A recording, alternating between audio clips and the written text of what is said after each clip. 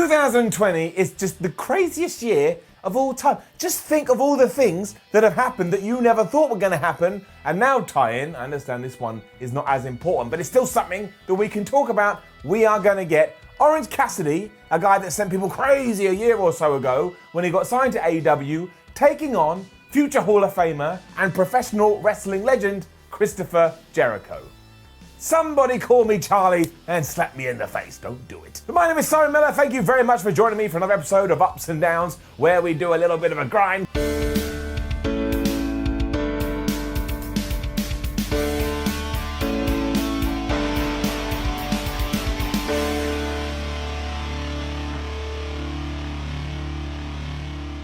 After a few video packages catching us with everything that's happened on AEW recently, Chris Jericho came out with Floyd the Bat, and it was nice to see him again, and he went to do colour commentary for the evening, and he was so good straight away because he was just calling JR an asshat. I laughed. It also led into our first match, which was the Butcher and the Blade taking on the debuting FTR, and I'm just going to say this, and then we're going to put it to bed forever. That's right, it's now dead. The Butcher and the Blade came out here looking like their old badass selves, so I just don't get why they dress like Miami Vice in their free time. You know what? They're allowed to do that. They can dress however they want. I just prefer this look. That aside, this flipping rock. I mean, Harwood and Wheeler, whatever the hell they're called now, arrived in a truck, so that's going to be their thing. And we've already talked about how wrestlers just love driving vehicles around the place. And for any critics of AEW's tag team scene who's always like, well, they just do load of flips. And I'm so sick of all the dives. No flips, no dives, just old school fashioned wrestling. And at one point, FTR were like, oh no, my shoulder hurt, my shoulder. And the Butcher went to see what was going on, and they just rolled him up. But it wasn't the most devastating move in all of sports entertainment, because Butch kicked out. We also continued these teases that maybe we are going to get some kind of updated version of the Four Horsemen, because as the announcers pointed out, Jake Roberts is in the crowd, Tully Blanchard is also there, and they think they're scouting FTR. And I will say this, given that we've got the Elite, and given that we've got the Best Friends, and we've got the Inner Circle, if you want to add another group to that, and call them like an updated version of the Horsemen, done right, I think it could be pretty good. Mostly though, like I say, this was just an awesome, solid tag team match with four guys who were like, let's be professional wrestlers. I mean, the only thing that was obvious is who was going to win. You're not going to have FTR come in and lose straight away. And they did get the victory after their brand new finishing move. I mean, no, it's still the Shatter Machine, but now it's called the Goodnight Express. And I think that sounds lovely. That sounds really comforting and nice. Book me a ticket. They then followed that up with the Spike Piledriver, which they've also brought into All Elite Wrestling, and they got the Uno, Dos, Tres. All of this seemed to be building to what was going to come afterwards though, because FTR got on the microphone and they were like, we are the best tag team in the world, we are the pinnacle of tag team wrestling, and this annoyed the Young Bucks, who had something else to say, which was, incorrect. They didn't make that noise. Imagine they did, you'd hate them straight away. They said, look, you're wrong, that's not true, we've kept tag team wrestling alive for the last 15 years. And they got a calendar out and they went through every single one of their matches over the last 15 years. That's a lie. This was too much for FTR though, who then just jumped Matt and Nick Jackson and started kicking the crap out of them. And then from nowhere, Jimmy Havoc and Kip Sabian were doing the same. Finally, eventually, Kenny Omega and Hangman Page were also out there to calm things down. And you can already see where this is going. Clearly, AEW don't want to jump straight into the Young Bucks and FTR. They want to build a little bit more, so you can throw a couple of other teams in there and eventually get to the big match down the line. This is getting it up. Talking of the tag team division, we then cut to an interview with QT Marshall, Dustin Rhodes and Brandy Rhodes, and they are getting a tag team title shot next week. Now you can come and look at me and say, Simon, you don't know what you're talking about. Probably true, what a bored asshole I am. Why the hell are they the number one contenders? I know they've been doing a lot of tag team matches on Dark, but you have to showcase them on Dynamite a little bit. Sorry, this really confused me, and it made me feel like I don't pay attention. And I try really hard to pay attention, because it's my job. Again, maybe I'm incorrect, please correct me, but let's get it down. Anyway, the point is that Dustin is worried about QT, because he's now smitten with the former bunny, obviously known as Ali. Brandy doesn't like her either, because she was wearing Marshall's Natural Nightmares jacket, and I can understand that. It's a really nice coat. They also have a feeling that I may have been worked, and if so, a round of applause to AEW. I will give you the dance of joy in 7 days or 14 days time, whenever the hell it's revealed. Because now I'm starting to think that Ali is doing this as a ruse, and she is going to screw over QT Marshall and Dustin Rhodes, and that's then going to lead to a feud between all of these guys and the Butcher and the Blade, and the Bunny will go back to being a bunny, and if they do that, like I say, it will be flippin' brilliant. You heard it here first. And we always have to have a random tag team match on Dynamite, otherwise the world will slowly burn. Although that's kind of happening right now, do not worry about it. But it was Nyla Rose teaming up with Penelope Ford, taking on Chris Statlander and your AEW Women's Champion Shida, and I thought it was good. What's that? It's getting it up. Ford and Rose just couldn't get it together at the start of all of this, and they kept clamming and smashing into each other like a couple of buffoons. And the coolest thing here is that Nyla Rose took both her opponents at one point, like draped them over the top rope, and then did that crazy jumping knee thing she does. It looked like it decapitated everyone. I made a lot of noise. And you could already smell what was going to happen because that schmo Kip Sabian was at ringside, and yes, he grabbed Shida's leg at one point, which just caused absolute mayhem. And Chris Statlander saw this, and she was like, nobody would do that on my home planet. So she hit him with a suicide dive. Unfortunately, all of this distracted the referee, and it was just bad news Brown.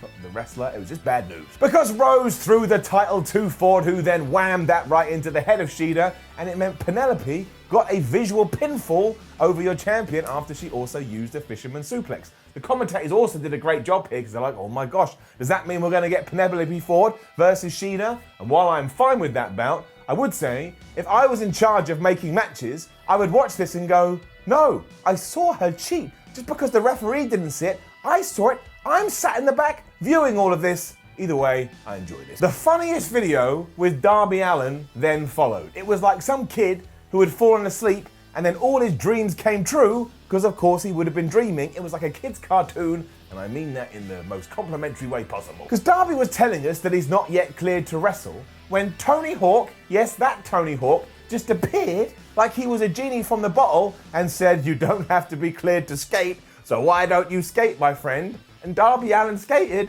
as Tony Hawk watched on like a proud dad. And be honest with me, if you're into skating, you have had that dream. You have had that dream where one of the greatest skaters, if not the greatest skater of all time, just somehow appears in your vicinity and watches you do your thing. Also, we do need to point out that Darby Allin said shib here, doesn't give a shib, but he said the swear word, that he's not cleared, so bring my shib counter down, that's 3. And I know it's low at the moment, but that's still 3 in 2 weeks. It's a pretty good tally. We also had a Britt Baker promo, and you know how that goes. She feels like she's been screwed over by the company, and Big Swole's out here every week going, I've never had any opportunities, but the real person who's never had any opportunities is, of course, Britt Baker. You damn right, she should be given every single opportunity there is, although it's equally, obviously, when it does get to Big Swole versus Britt, Big Swole should absolutely whoop her ass. Then things got nuts. Because it was the Best Friends and Orange Cassidy taking on Jake Carr and the Proud and the Powerful, and the good guys actually won. I did not see that coming, especially because the Inner Circle attacked their opponents before the bell. Those mother hubbards. When Cassidy got in there and ran wild, it's still absolutely brilliant to see because it just ties into his persona so well, and Chris Jericho put this over brilliantly on commentary, and of course at one point the AEW 6-man tag buzzer sounded, and it meant everyone just got in the ring and started running wild. That's just what we do. In the madness though, Taylor shoved Santana off the top rope, and that allowed the Fruit to use the most devastating move in all of sports entertainment, or a variation of. It was like this cool technical roll-up crucifix thing, and he did indeed pin Ortiz, and he got the victory for his team. Unfortunately, he was about to die. As we know, Chris Jericho hates Orange Cassidy, so he legged it to the ring and just absolutely brutalized him with Floyd the Bat. When Cassidy re-emerged, he had blood everywhere, so to add insult to injury, Le Champion got a bag of blood oranges, that's right, and he continued to whoop Orange Cassidy down, because of course, his name's Orange Cassidy, these were blood oranges, blood, fruit, come on! Jericho ended all this by saying that Orange Cassidy had just been juiced, and I know on many levels this was ridiculous, but everybody played it so seriously, I was like, oh my gosh, I cannot believe he has used a bag of fruit to beat a man that's named after a fruit. As I said at the start too, I just can't believe we're getting Chris Jericho and Orange Cassidy, but tick all my boxes and tie me in, Jack. I am ready. And then MJF, somebody put a microphone in his face, and as we know, that boy can talk. He was rightfully making the point that despite being undefeated for a year, it was Jungle Boy that got the TNT Championship shot last week, and he didn't. I always enjoy it when we give heel a justification to act like a moron, because it makes you hate them a little bit more and go, you stupid dingleberry. He called himself a great white shark in a sea of minnows when Billy Gunn turned up and said, actually, I'm a great white shark, and Billy Gunn is just so big, far taller than you think he's gonna be, and MJF is not? Yeah, that's exactly what this looked like. MJF couldn't have cared less about this and said that he's surprised Billy Gunn isn't trying to get a job for any more of his moronic sons, and that made me chuckle. And just as old Bill was gonna get mad, MJF just went, Wardlow! And in came Wardlow, and he stared off with Billy Gunn. And I'll tell you this, if Wardlow gets a victory over Billy Gunn, I actually think that does a lot for Wardlow. Although AEW, don't forget that you planted the seeds and you teased that maybe MJF and his friend are gonna fall out. I would like to see where that goes. On one final note, Wardlow seems to be turning into the actor Tom Hardy. Okay. We went to a video package recapping everything that's happened with Colt Cabana over the last few weeks, and I am so invested in this story. I really am. It's just so simple, and I seem to care. I don't know why, and it all starts here with Colt taking on Sammy Guevara, and it's getting it up. Guevara was still pretending to sell all his injuries from the last few weeks, and Colt Cabana himself came out on a scooter to wind Sammy up. But look, this is the thing. You'll never see this coming because it never happens. Guevara actually got the victory. Are you kidding me? There was no nonsense here either. This was clean as a whistle. Colt was going to go for the Chicago skyline, but he slipped on the rope like it was me wrestling. And Sammy was able to reverse that into the GTH, that cool knee throwing thing he does. And yeah, he pinned Colt Cabana for the 1, 2, 3. The aftermath was so simple too, because Brody Lee and the Dark Order did indeed come out, and they walked down to Cabana and they just picked him up and put him back on his feet like it's a visual metaphor, and then they left. And then when Colt himself decided to go, because he can't stay out there forever, that would be really strange, he could either go through the entrance tunnel that he arrived in, or he could follow the Dark Order, and can you believe it?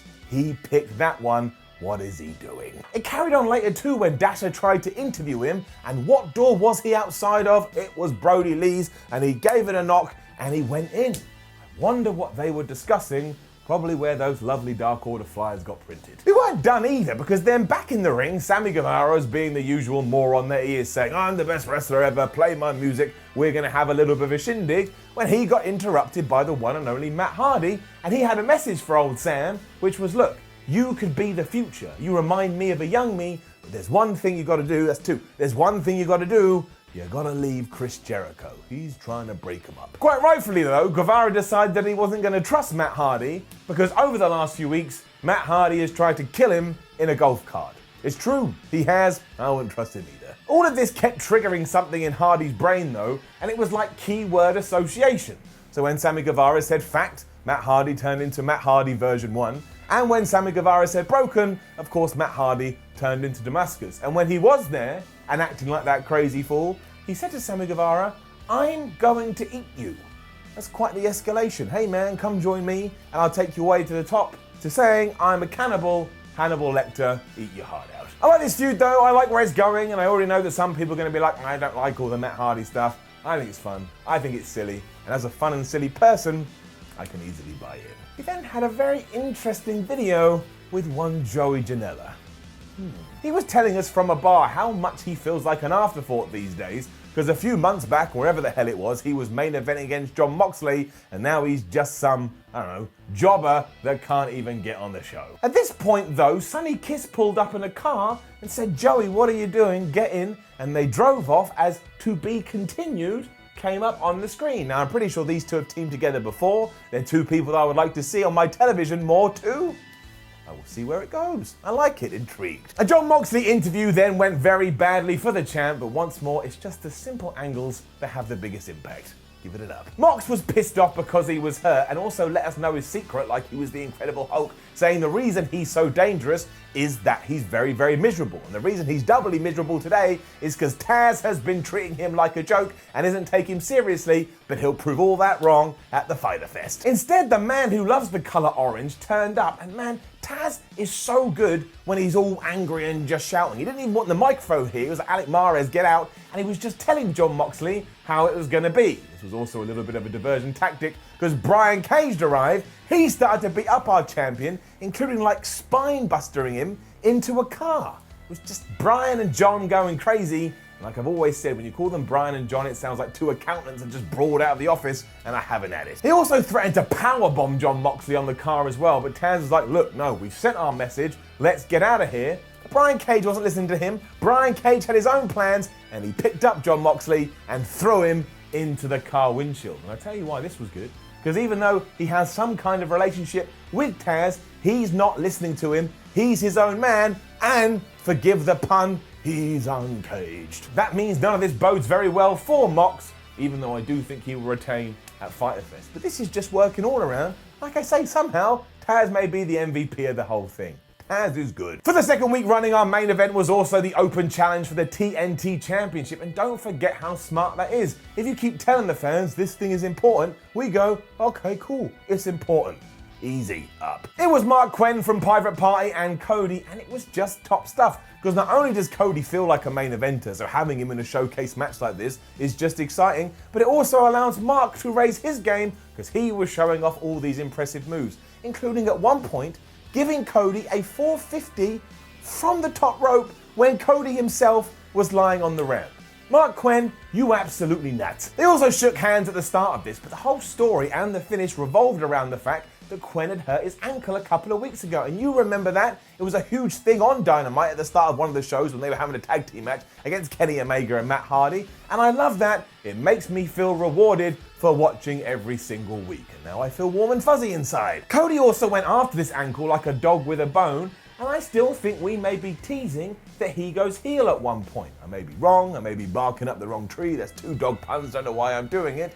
But I wouldn't mind it if it's executed correctly. After Quinn had hit that crazy 452, he thought he could go one better with the shooting star press, but unfortunately, he was very wrong because Cody just got out of the way with this, and as he fell on the canvas, he grabbed his leg, his ankle, and he put him in the ankle lock, and because that thing was hurt and worn down, Mark Quinn had no choice but to tap out. That, my friends, is a very, very good ending, and one I didn't see coming. I assume we just go off there with kisses and hugs too, as we did last week, but I was completely wrong, because Jake Hager came out on his train of fun. I mean, where the hell did he come from? And he started to beating the crap out of Cody until the Hardy Party, or whatever the hell they're calling themselves, came out to try and even the odds. The rest of the Inner Circle were then out there too, with Sammy Guevara getting smashed with a twist of fate and Cody finally getting a chair and chasing Jake Hager off. And then he got a microphone and he was like, look, you stupid MMA moron, you clearly want to shot this championship and you're gonna get it when?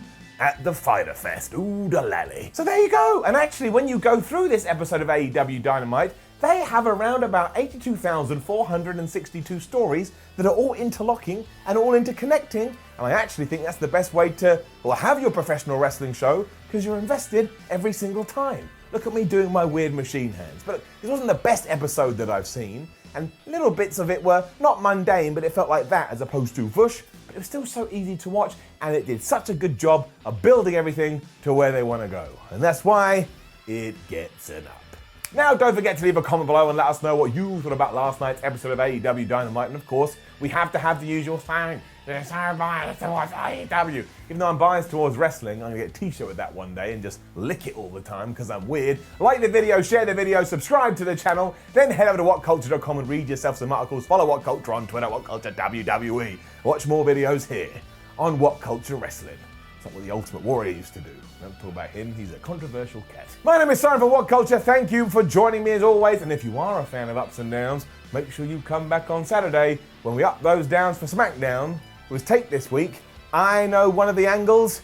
We are gonna have a lot to talk about. I will see you